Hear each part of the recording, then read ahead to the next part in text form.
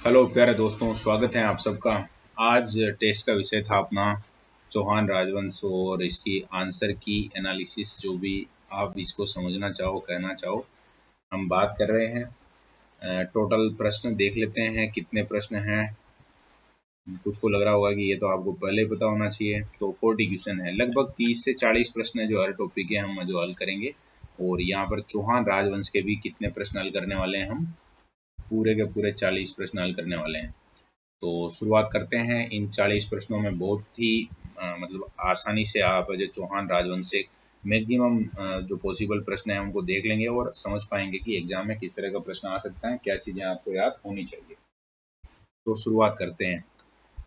पहला प्रश्न है, राजपूतों की अग्निकुंड से उत्पत्ति के मत का प्रतिपादन। तो यहाँ तो कुछ बोलने का काम ही नहीं है। सबसे पहले चंद्रप्रदायी ने अपने ग्रंथ पृथ्वीराज रासो में इसकी बात की थी और मुनोत नैणसी ने इसका सपोर्ट किया था, सूर्यमल मिश्र ने भी इसका सपोर्ट किया था। किस रासो में विग्रहराज व परमार राजा भोज की बेटी राजमती के मध्य प्रेम संबंधों का उल्लेख मिलता है? बिसलदेव रासो। वैसे विग्रहराज है उसी का नाम बिसलदेव है, तो यहाँ पर जो सही उत्तर हो जाएगा वो दूसरा हो जाएगा। बिसलदेव रासो का लेखक कौन है? नरपति नाल है, ये भी आपको याद होना चाहिए। रणथंभौर की विजय के उपरांत अलाउद्दीन खिलजी ने इस दुर्ग को किसके अधिकार में सौंप दिया था? हमने पढ़ा भी था वहाँ, उल्लुग खां है वो इसका एक तरीके से प्रशासक बन जाता है, तो इसमें तीसरा ऑप्शन है वो सही है। नुसरत खां है उसको तो मार डाला जाता है, ये भी आपको पता ही है। पृथ्वीराज तृतीय और मोहम्मद गोरी के मध्य कितने युद्ध लड़े गए थे? अब देखो 16 बार हराए हो, 17वीं बार खुद हार गए, ये हम जो कुछ जगह पढ़ते हैं, लेकिन हमने जो पढ़े हैं उसमें फर्स्ट और सेकंड दो ही बार थे, टरेन फर्स्ट और सेकंड, तो यहाँ पर है जो दो वाला ऑप्शन है जो सही हो जाएगा। कौन सा विद्वान व साहित्यकार पृथ्वीराज तृतीय का दरबारी नहीं था? ये मैंने जब भी पढ़ाया था उस समय बहुत अच्छे से आप लोगों को जो बताया था, और इस तरह का प्रश्न आ सकता है। तो यहाँ पर जैसे चंद्रबरदाई था, बिल्कुल विद्यापति था, वागीश्वर था, सोमदेव नहीं था। तो यहाँ पर जो सही उत्तर हो जाएगा कौन सा? चौथा। जालोर को विजित करने के बाद अलाउद्दीन खिलजी ने जालोर का नया नाम क्या रखा था? जलालाबाद रखा था, ये भी कंप्लीट है, तो यहाँ चौथा ऑप्शन सही है। दशरथ शर्मा के अनुसार चौहानों की उत्पत्ति किससे हुई है? अब दशरथ शर्मा ने जो उनको क्या माना है? ब्राह्मण वंशीय माना है, यानी कि यहाँ पर जो पहला ऑप्शन है वो सही उत्तर है। सारे के सारे जो 7-8 दो तरीके हैं, जैसे कर्नल टोड है जो विदेशी मानते हैं, सूर्यवंशीय मानते हैं हीराचंद ओझा, और हाँसी के शिलालेख में चंद्रवंशीय कहा गया, अग्निवंशीय मानते हैं अपने चंद्रप्रदाई। सोनग्रा चौहानों के नाम से कौन से चौहान है वो फेमस है? ये प्रश्न पूछा गया। तो जालोर के जो चौहान है उनको क्या कहा जाता है? सोनग्रा चौहान, यानी कि यहाँ तीसरा ऑप्शन है वो सही हो जाएगा। कानड़ देव पुदम वो सोनग्रा। गोविंदराज ने रणथंभौर में चौहान वंश की स्थापना कब की थी? तो जो 92 में युद्ध हुआ था उसके बाद 2-3 साल बाद, यानी 1194 में स्थापना की थी। ये हमने प्रश्न भी पढ़ा था। पृथ्वीराज का बेटा था गोविंदराज। किस शासक ने कोटियजन यज्ञ का आयोजन करवाया था? हमीर देव के बारे में हमने ये पढ़ा था, बहुत ही महत्वपूर्ण है, ये याद होना चाहिए आपको। नेक्स्ट है, रणथंभौर के हमीर के विरुद्ध किस मुस्लिम सेना नायक ने खिलजी सेना का नेतृत्व किया था? उल्लुग खां ने नेतृत्व किया था, तो यहाँ पर पहला ऑप्शन है वो सही हो जाएगा। अलाउद्दीन खिलजी की विजयों को काल क्रमानुसार व्यवस्थित कीजिए। तो काल क्रमानुसार व्यवस्थित करने का मतलब आपको ऐसे समझना है कि सबसे पहले किसको जीता, उसके बाद किसको जीता, उसके बाद किसको जीता, और उसके बाद, तो एक तरीके से यहाँ दो काम हो जाएंगे अपने। अलाउद्दीन खिलजी ने जैसे साक्य हुए थे, तो सबसे पहले रणथंभौर आएगा, उसके बाद चित्तौड़ आएगा, उसके बाद सिवान आएगा 8 में, ये 1311 में जालोर आएगा। तो इसका मतलब यहाँ जो पहला ऑप्शन है वो ही सही उत्तर है इसका। 13वें प्रश्न की तरफ बढ़ते हैं।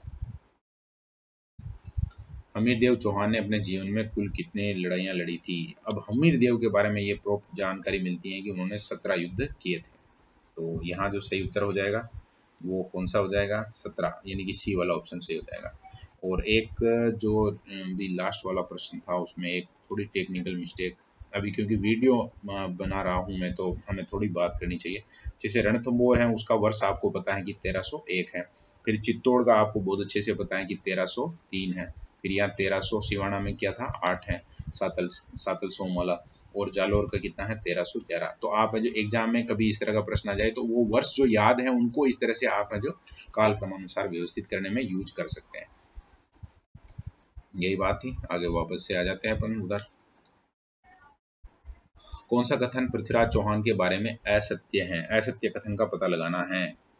तो पृथ्वीराज चौहान और गहड़ वालों में शत्रुता का मुख्य कारण है जो संयोगिता थी, ये तो हो गया सही। संयोगिता व पृथ्वीराज के प्रेम का पता चलने पर जयचंद ने संयोगिता का स्वयंवर रखा, जिसमें पृथ्वीराज को भी आमंत्रित किया गया था नहीं है, नहीं किया था, यानी कि यहाँ से असत्य कथन है वो कौन सा हो गया, दूसरा।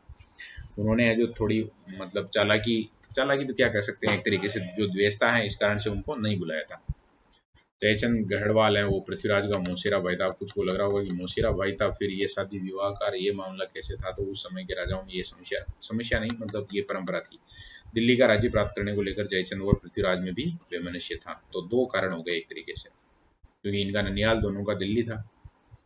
आगे हैं वह प्रथम खिलजी शासक जिसने रणथंबोर दुर्ग पर आक्रमण किया था। तो पहली बार कौन सा खिलजी शासक था जिसने रणथंबोर पर आक्रमण किया था, जिसको कि विफल कर दिया था राणा हमीर ने, तो ये हमने पढ़ा था जलालुद्दीन ने 12 मतलब कि 13वीं सदी के लास्ट में। तुर्क सेना का विजेता प्रबंध कोष में किस शासक को कहा गया है, तुर्क सेना का विजेता यानी कि पृथ्वीराज प्रथम। तो ये हमने नोट्स में नहीं पढ़ा। अब ऐसे टेक्निकल प्रश्न आएंगे अपने नोट्स में आपको ये ऐड कर लेना है। तुर्क सेना का विजेता किसको कहा जाता है, पृथ्वीराज प्रथम को। और जो मेन राजा हमने पढ़ा है वो कौन सा पढ़ा है, तृतीय। चौहानों की उत्पत्ति के बारे में कौन सा कथन सही नहीं है, तो आराम से कथनों को पढ़ना है और जो सही नहीं है उसको पता लगाना है। तो अब बात करते हैं, जैसे कर्नल जेम्स टोड और वी ए स्मिथ ने चौहानों को विदेशी बताया, तो पहला तो सही है, हमें तो सही नहीं चाहिए। राय पॉल के सेवाड़ी के शिलालेख से चौहानों को इंद्रवंशी, चलो ये आपको नोट्स में एडिशनल ऐड करना, ये सही है। चंद्रावती के लेख में चौहानों को ब्राह्मण वंशीय माना गया है, तो चंद्रावती में हमने पढ़ा भी था और सही है ये। सूर्यमल मिश्रण और मोणोद नैणसी ने चौहानों को सूर्यवंशीय बताया है, नहीं बताया है, अग्निकुंड वाला ही बताया है। मतलब कि ये चौथा जो ऑप्शन है वो इसका असत्य कथन कह लो, चाहे सही नहीं है कह लो।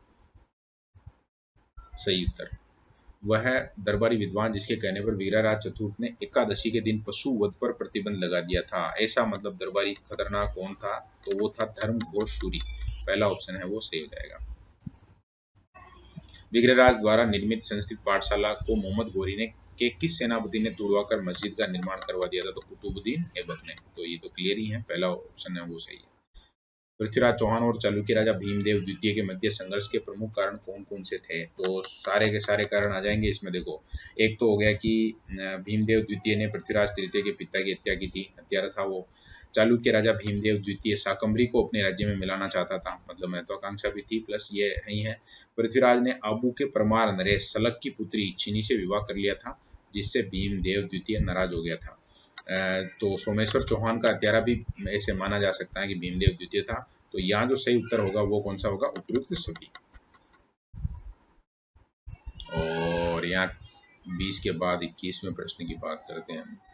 चौहान शासक कौन सा है जिसने हरसात मंदिर का निर्माण करवाया था, गुप्त प्रथम का नाम आता है इसमें, तो यानी कि दूसरा ऑप्शन इसका सही उत्तर हो जाएगा। किस हाड़ौती चौहान शासक ने अपनी पासवान अबला मेणी, हमने पढ़ा था मुकुंद सिंह ने जो इसका निर्माण करवाया था। तो अबली मेणी का महल मुकुंद सिंह, और हाड़ौती का ताजमहल भी जिसको कहा जाता है। 23वें प्रश्न में हमसे पूछा गया है, कोटा के किस चौहान शासक के शासनकाल में बंटवाड़ा का युद्ध हुआ था, तो शत्रुसाल के समय ये बंटवाड़ा का युद्ध होता है। और इसमें थोड़ी सी एक टेक्निकल बात थी, क्योंकि अहमद शाह है वो रणथंबोर दुर्ग को लेकर माधो सिंह प्रथम को दे देता है, इस कारण से ये लड़ाई हुई थी। तो यहाँ पर जो सही उत्तर हो जाएगा वो कौन सा हो जाएगा, शत्रुसाल। जालोर का किला राज्य का ऐसा किला है जिसका दरवाजा कोई आक्रमणकारी नहीं खोल सका, ये बात किसने कही थी, हसन निजामी की किताब में ये लाइन लिखी हुई है। कोई आक्रमणकारी नहीं खोल सका, वहां पर क्या हुआ था, जालोर में जो उनका खुद का ही सैनिक था, उसी ने जो बीका दहिया ने धोखा दिया था। हमने दो धोखेबाज पढ़े थे, बीका दहिया और एक नाम आया था भायला नामक सैनिक, तो ये आपको ध्यान रखना है। जालोर और जालोर के अलावा सिवाना। और जो कभी कभी एग्जाम में इस तरह की समस्या तो क्या है, एक तरीके से वो तो अच्छी बात ही है, अपने बाई चांस इस तरह का कोई प्रश्न आता है तो हमें पता होनी चाहिए वो बात। और बात क्या है, जो देखो, जैसे अगर भायल सैनिक के बारे में आ जाए, भायल या भायला जो भी है, भायल सैनिक है ना, इसने कहाँ पर विश्वासघात किया था, तो ये है सिवाना से संबंधित। तो यहाँ भायल सैनिक में आपको सिवाना याद रखना है। और बीका दहिया का नाम जहाँ आता है, बीका दहिया, तो ये है जो जालोर के साथ आएगा, जिसकी बाद में हत्या भी कर दी जाती है उसकी पत्नी द्वारा। तो ये थोड़ी इंपॉर्टेंट बात है। और यहाँ हमें जालोर के बारे में ही कहा गया है। अब जालोर का जो गेट है वो आक्रमणकारी नहीं खोल पाए थे, किसने खोल दिया था? बीका दहिया ने। इसी कारण हसन निजामी ने अपनी पुस्तक में ये बात लिखी है, तो ये आपको बहुत अच्छे से पता होना चाहिए। कोटा वह शासक जो कृष्ण भक्त तथा स्वयं को कृष्णदास कहलाना पसंद करता था। तो भीम सिंह प्रथम के बारे में मैंने पढ़ा था, नंदग्रामी कर दिया था एक तरीके से, खुद ही कृष्ण बन गया था। बूंदी में 84 खंभों की छतरी का निर्माण किस शासक के समय हुआ था, ये प्रश्न पूछा गया है। तो अनिरुद्ध सिंह है, और 1683 से लेकर 1695 के मध्य है, जो एक बूंदी में ही साइड में देवपुरा जो जगह है वहां पर ये छतरी बनी थी। अनिरुद्ध सिंह यहाँ पर सही उत्तर हो जाएगा, लास्ट वाला। वायसराय लॉर्ड कर्जन कोटा आने वाला प्रथम वायसराय था, वह किसके शासन काल में कोटा आया था? उम्मेद सिंह सेकंड, यानी कि यहाँ जो दूसरा ऑप्शन है वो सही हो जाएगा। लॉर्ड कर्जन ध्यान रखना काफी फेमस रहा था 1900 के लगभग, ये बहुत भारत में जो चर्चा में रहा था। बूंदी का वह शासक जो शहजादा दारा के पक्ष में युद्ध करते हुए सामूगढ़ के युद्ध में वीर गति को प्राप्त हो गया, शत्रुसाल। तो यहाँ पर जो सही उत्तर हो जाएगा पहला। वह शासक जिसने बूंदी के किले में चित्रशाला का निर्माण करवाया था। अब चित्रशाला के लिए उम्मेद सिंह का काल है, स्वर्ण काल कहलाता है, तो यहाँ पर सही उत्तर भी वही हो जाएगा, उम्मेद सिंह। बूंदी के शासक के पुत्रों को महमूद खिलजी अपने साथ बंदी बनाकर मांडू ले गया तथा धर्म परिवर्तन कराकर उनका नाम समरकंदी और अमरकंदी रख दिया। तो मतलब नाम बरसिंघाड़ा है, उनके बेटे हैं, उनके बारे में ये बात की जा रही है। बरसिंघाड़ा हमने पढ़ा था, तो यहाँ सही, जिसने दुर्ग बनाया था वहां पर। और ये थोड़ी अब कहानी आ गई है महमूद खिलजी के बारे में, थोड़ा ध्यान रख लेना। 1453 में उसने हमला किया था और वीर सिंह को मार दिया था, और वीर सिंह को बरसिंह कहा जाता है, बरसिंह को मार दिया था। और उसके जो दोनों बेटे थे समर सिंह और अमर सिंह, उनको मांडू ले गया था और वहां जाकर उनको जो मुसलमान बना दिया था।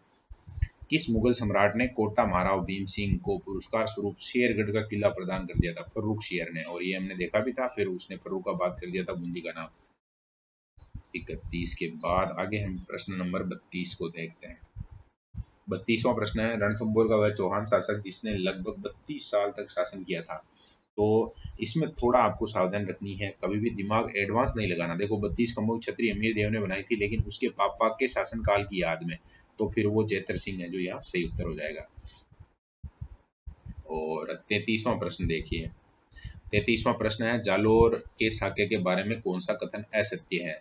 तो सोनग्रा शासन कानड़ देव बेटा विरमदेव वीरता से मुकाबला करते हैं, ये तो सही है। कानड़ देव की पत्नी चेतल देव नेतृत्व, ये चेतल देव का नाम भी ध्यान रख लेना आप, नोट्स में अगर नहीं है तो ऐड कर लेना।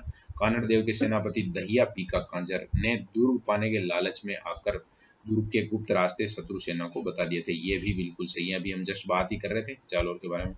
विजय के बाद अलाउद्दीन खिलजी ने जालोर का नाम खेराबाद नहीं किया था, जलालाबाद किया था। इस कारण से ये जो लास्ट वाला ऑप्शन है वो है जो सही है, यानी कि असत्य है। निम्न में से किस शासक ने परम भट्टारक महाराजा धीराज परमेश्वर की उपाधि धारण की थी? पृथ्वीराज प्रथम, थोड़ा भारी पड़ रहा था, यहाँ नाम ध्यान रख लेना, पृथ्वीराज प्रथम है वो, उनकी उपाधि है परम भट्टारक महाराजा धीराज परमेश्वर। किसके शासनकाल में ठाकुर बलवंत सिंह जयपुर से तीज की प्रतिमा बूंदी लाए थे? तो यहाँ राव राम सिंह की बात की जा रही है, यहाँ सही उत्तर हो जाएगा राव राम सिंह। और कजली तीज है जो बूंदी में फेमस है, आपको याद रखना इसी कारण। किस चौहान शासक ने अपने शासनकाल में चांदी के सिक्के चलवाए थे? एक तरफ लक्ष्मी का चिन्ह था और एक साइड में है वो अजय राज। वैसे नाम लिखा हुआ उससे पता चल रहा है अजय देव लिखा हुआ था, अजय राज है।